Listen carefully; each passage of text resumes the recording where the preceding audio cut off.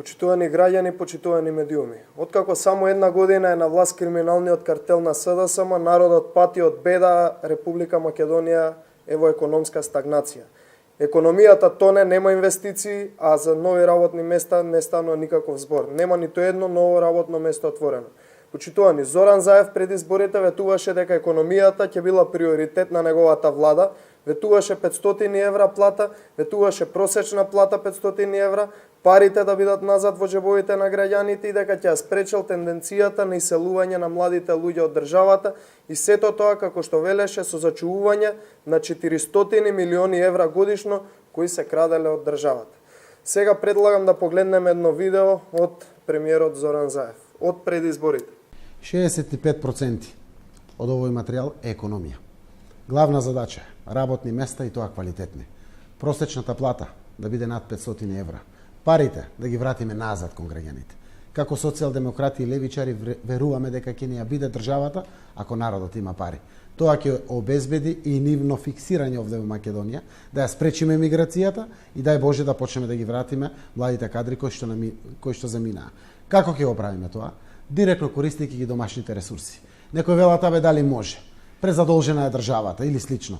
400 милиони евра годишно се крадат пари во државата. Само ова да остане во државата е силен потенцијал и за враќање на кредитите, но и за развојни димензии на нашето општество. Почитувани граѓани, почитувани медиуми. Доколку ја земеме предизборната логика на Зоран Заев како појдовна основа, тогаш се поставува логичното прашање: каде завршуваат над 530 милиони евра годишно? Каде отидоа половина милијарда евра само изминатава година? Заев и картелот на власт да кажат каде отидоа над 530 милиони евра од буџетот на државата, за да нема пари да се остварат проектите кои што ги ветија пред изборите. Почитувани, една година потоа, СДСМ е на власт, а Република Македонија го има најголемиот буџет во својата историја, за над 130 милиони евра поголем од буџетот за 2017 година, а државата секојдневно се задолжува.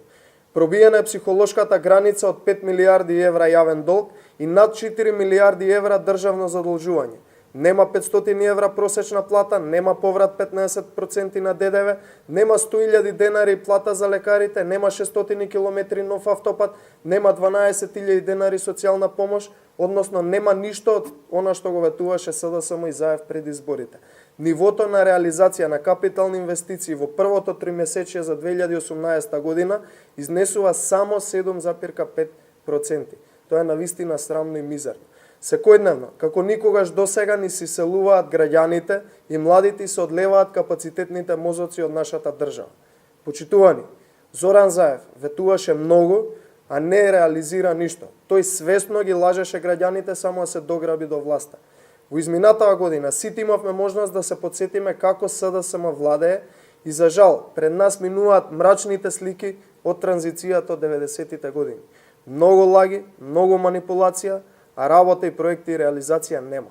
Економијата за прв пат после долго време немаше раст, односно растот на бруто домашниот производ беше 0%. Градежништвото како една од клучните гранки во стопанството е колабирано. Инвестиции нема, работни места не се отвараат, а платите почна и да опаѓаат. Ова е ситуацијата која криминалниот картел успеа да ја направи за само една година. Затоа, на 2 јуни, во 20 часот, сите заедно пред владата да излеземе и да го почнеме уривањето и разбивањето на овој картел кој ни ја води нашата држава. Македонија заслужува подобро. Ви благодарам на вниманието.